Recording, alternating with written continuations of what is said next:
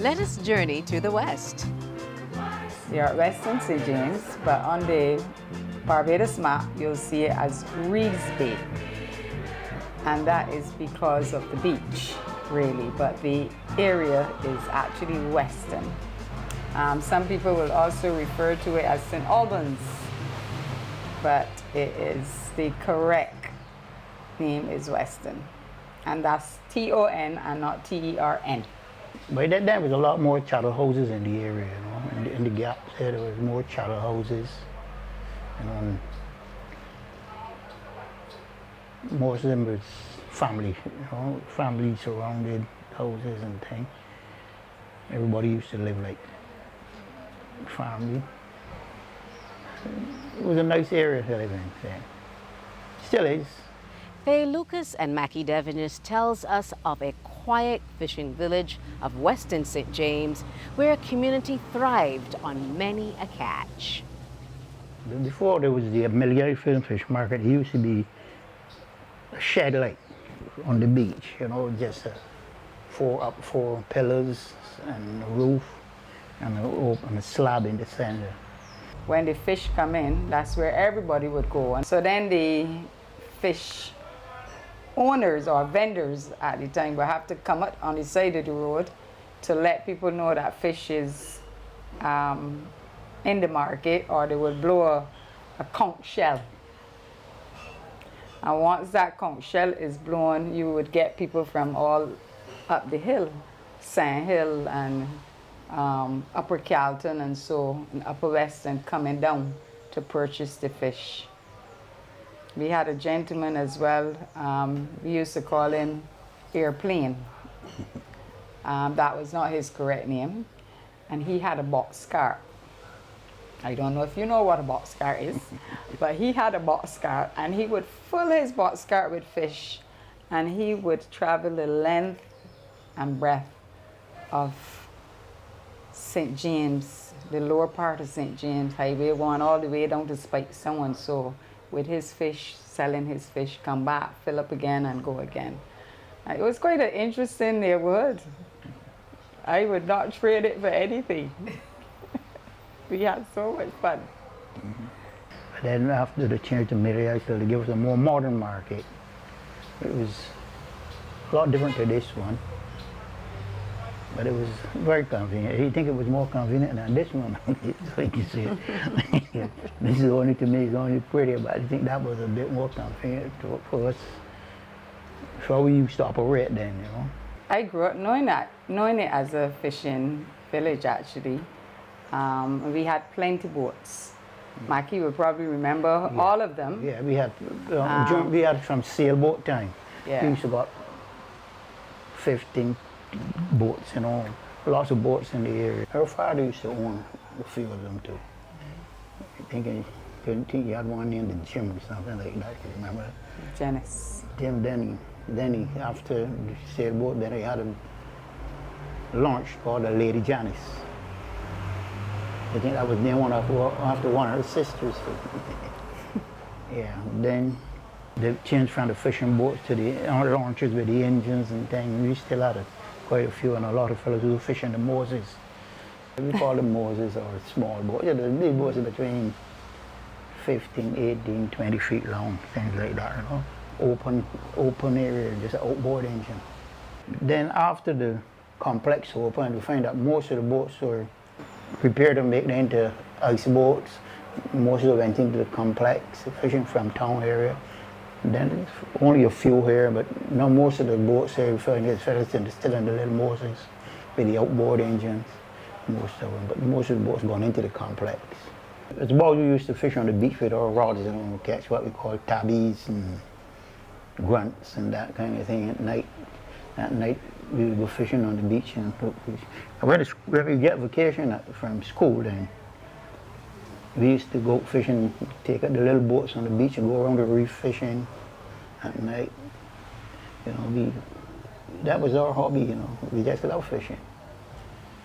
We come from small, we went up and then as we get bigger, they had the launchers, and we used to go with the boat owners and help them scrub the boat, and they would take us out fishing from time to time. We learned the fishing trade from them. Then we got good at it, and they would give us the boat, and we go fishing. And so we learned to fish.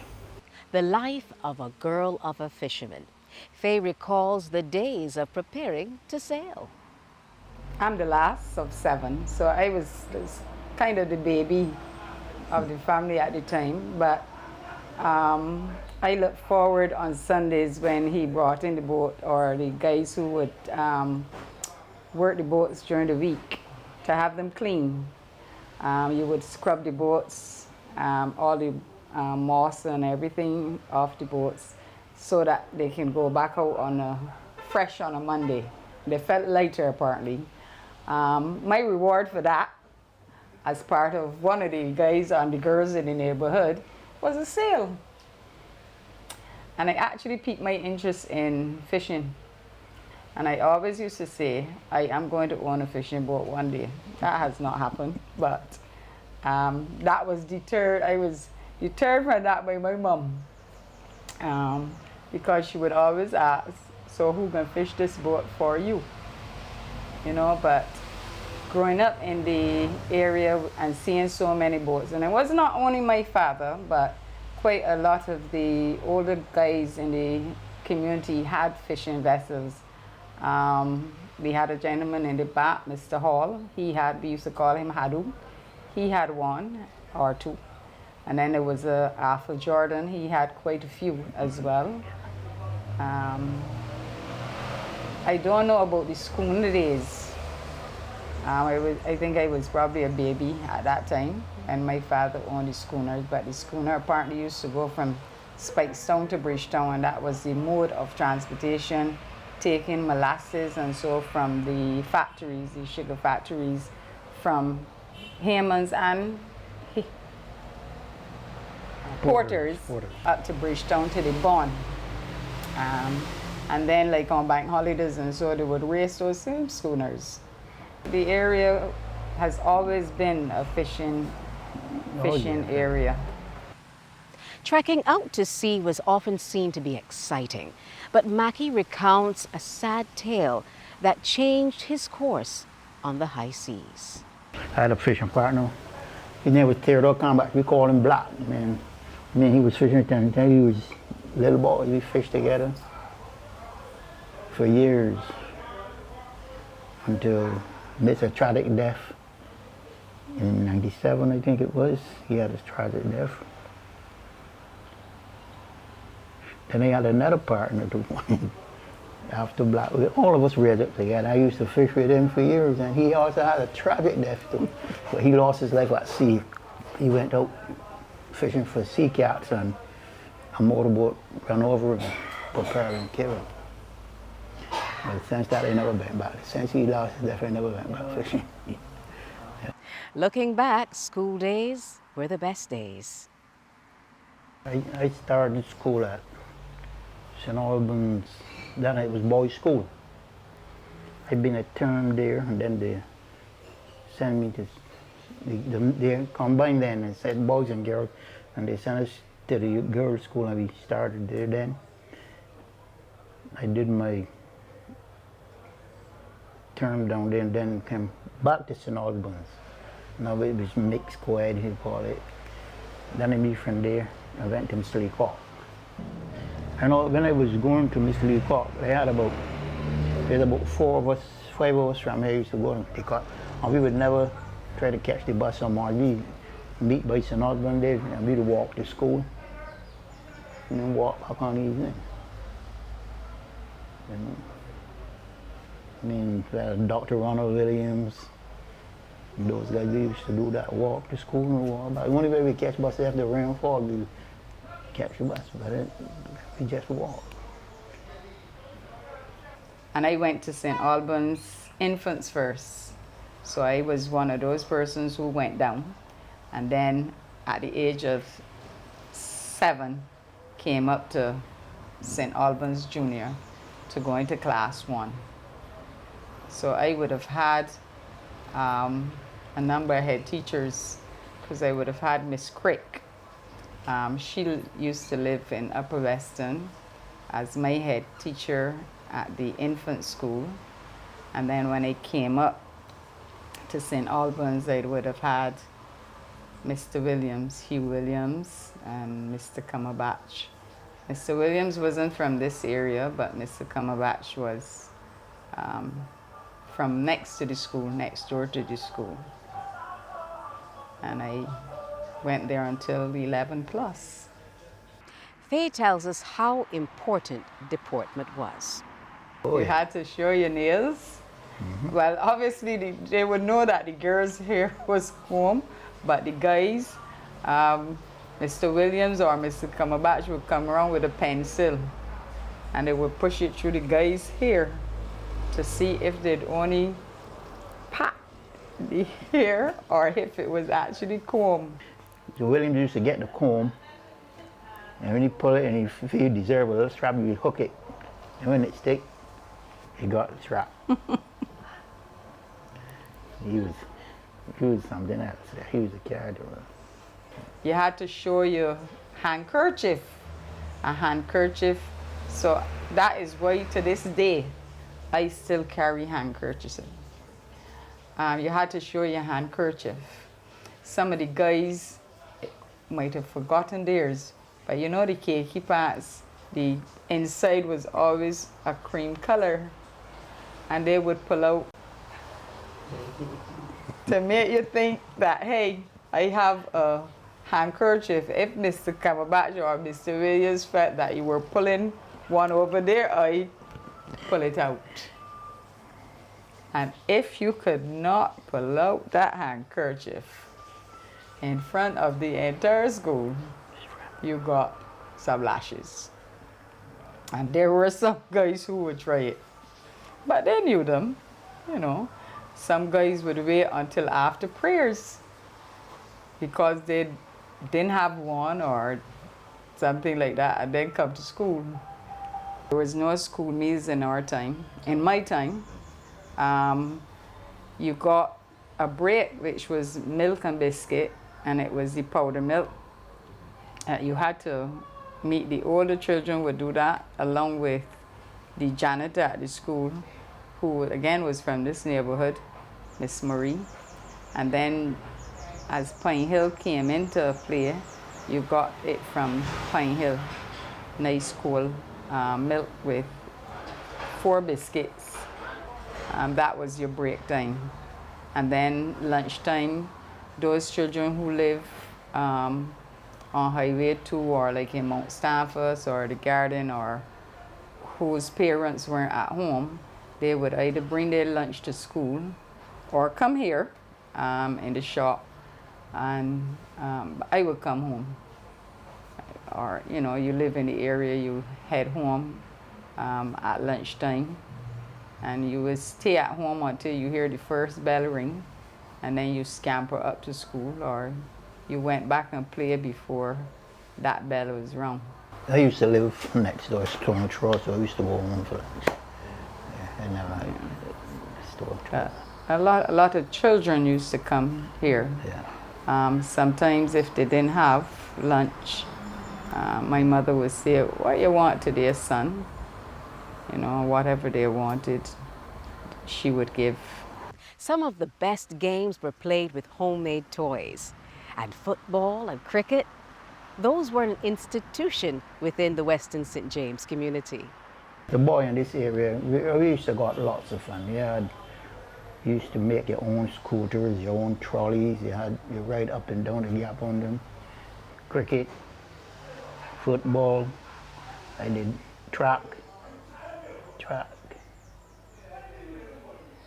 Wherever there was a game, I was involved. I like sports, love sports, still do. On Sundays, I don't know what happened now, but every Sunday we used to play beach cricket, you know. Whole day we play beach cricket. Now you don't see any of that. Nobody play beach cricket. See nobody in the beach on Sunday with a bat and a ball. So I want to know what's wrong with our cricket. We were real cricket fanatics. So I don't see none of that now. No one other cricket season in that state. But this area was good. It was good. It was good fun in this area. You had a lot of boy days in this area. Now you don't see that. You don't see that lot of boy camaraderie. Speaking of football, memories of Weston takes us back to the late, great Carew. A side of him that only the community of Weston had the privilege to know. We had our own local football club here in Weston, which is the mighty, the great Carew. He was our football captain, called Weston United. We played in the Northern League, and we won the cup 3 straight years. And then our team broke up because most of the guys who immigrated to Canada and America, and so that's how our team broke up. And after Carew gave up the captaincy, then her brother took it over. Her brother was his travel, Nicky, we call him Nicky. He was our captain after Carew had given it up. And he used to do more management then. And let me add to something that Mackie left out with Carew. People saw him as a Calypsonian only, but Carew was also a mentor for the young guys. If you did not have a pair of football boots, Carew went and purchased those football boots so that you could play football. That was the kind of person he was. Even your uniform he would buy for them. Yes. He was that kind of He was one of the few guys working, and that is where he would, spend his money to ensure that you could make that team. So these guys in the neighborhood had a lot of respect and time for him. Oh, yeah. So it's sad, really sad. He's missed by many. People just knew him as Bow Wow Wow and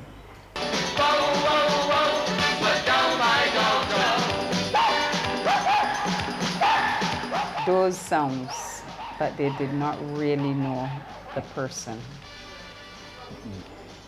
He wasn't born in St. James, though. He wasn't born. He came here to live with his aunt, who lives right on the beach side there. But Carew came and found that house. His aunt and her husband used to live there. I come and find them living there. Then he came long after that to keep his aunt company after the husband had died. He also had a funny side to him. And we as children would often tease him.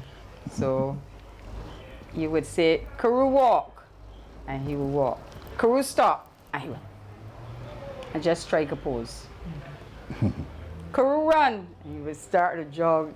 He was a fun guy. Yeah. A real fun guy. He's a comic. Comedian, we would say.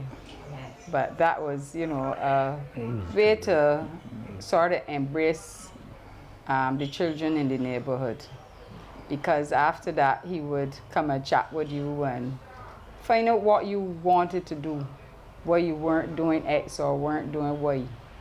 And as Mackie said earlier, on Sundays when everybody was at the beach, everybody played cricket and everybody kicked a ball, boys and girls. The big boys would have their own games, the little boys would have their own, and the girls too, so, and many a time you would find Carew there, maybe sitting under a tree, because he couldn't swim. So he would sit under a tree, and when he was ready to go in the water, he would go, have his dip, and then go home. But he was always part of everything. I remember after football games, and the guys would come here to line, and I could still picture what everybody drank. And in those days, it was juicy. And Carew would come, how many juicies to buy? And he would tell who want orange, who want red, who want pine, And, sometimes he foot the bill. Sometimes Mackie brother foot the bill, Conliff. Sometimes my brother, so for the younger guys who weren't working and so, yeah.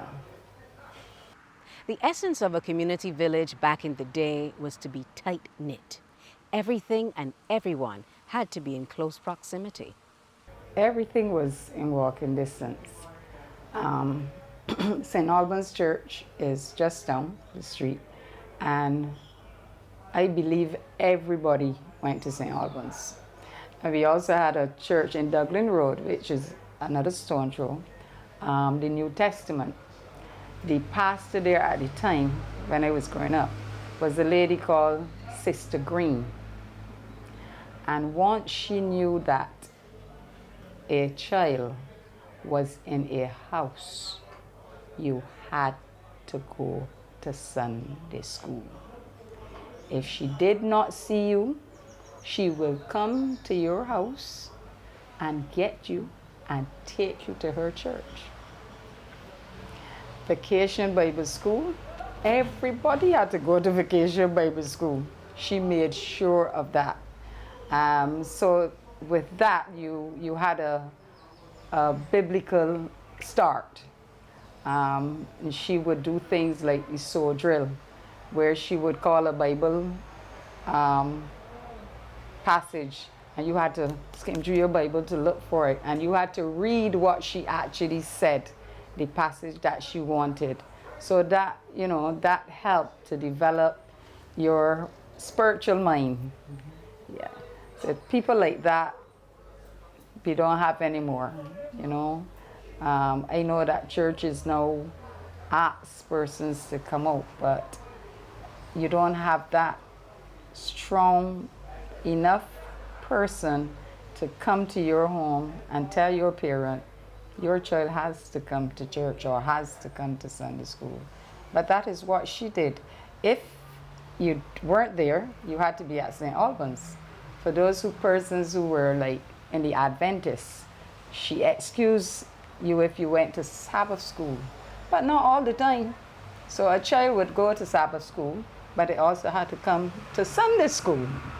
You know? And there was never a case where your parents were angry about it or say you couldn't go. They allowed you to go. Come as you were. It didn't matter. Weston focused on fishing, but was there more? My father planted as well. Not only his properties, but friends. So, I'm not boasting, and Mackie can attest to that, to this. He carried one of the best yams you could find. And every year he would portion out. This for St. Albans, this for Sister Green, and he was a Church of Godian. So this for the Church of God. More was for the Church of God than the others. In terms of cane, he gave cane as well. Very seldom he would plant sweet potato. And I think that was like a between crop. So if you want to not keep yam in the ground over a period of time, you planted something else. So yes, he would do that. Pumpkins. So he gave to the church. But my mother had to insist that he gave to the two others, because in this family alone, we all went to different churches. To this day, my sisters who migrated to Canada, when she and her husband come home, they still worship at St. Albans, but will visit the Church of God. The lesson doesn't end here. Join us next time as we continue our journey through Weston St. James and find out more from Faye and Mackie. You've been watching My Community. I'm Kimberly Skeet. As always, it's a pleasure sharing a little moment in our community with you.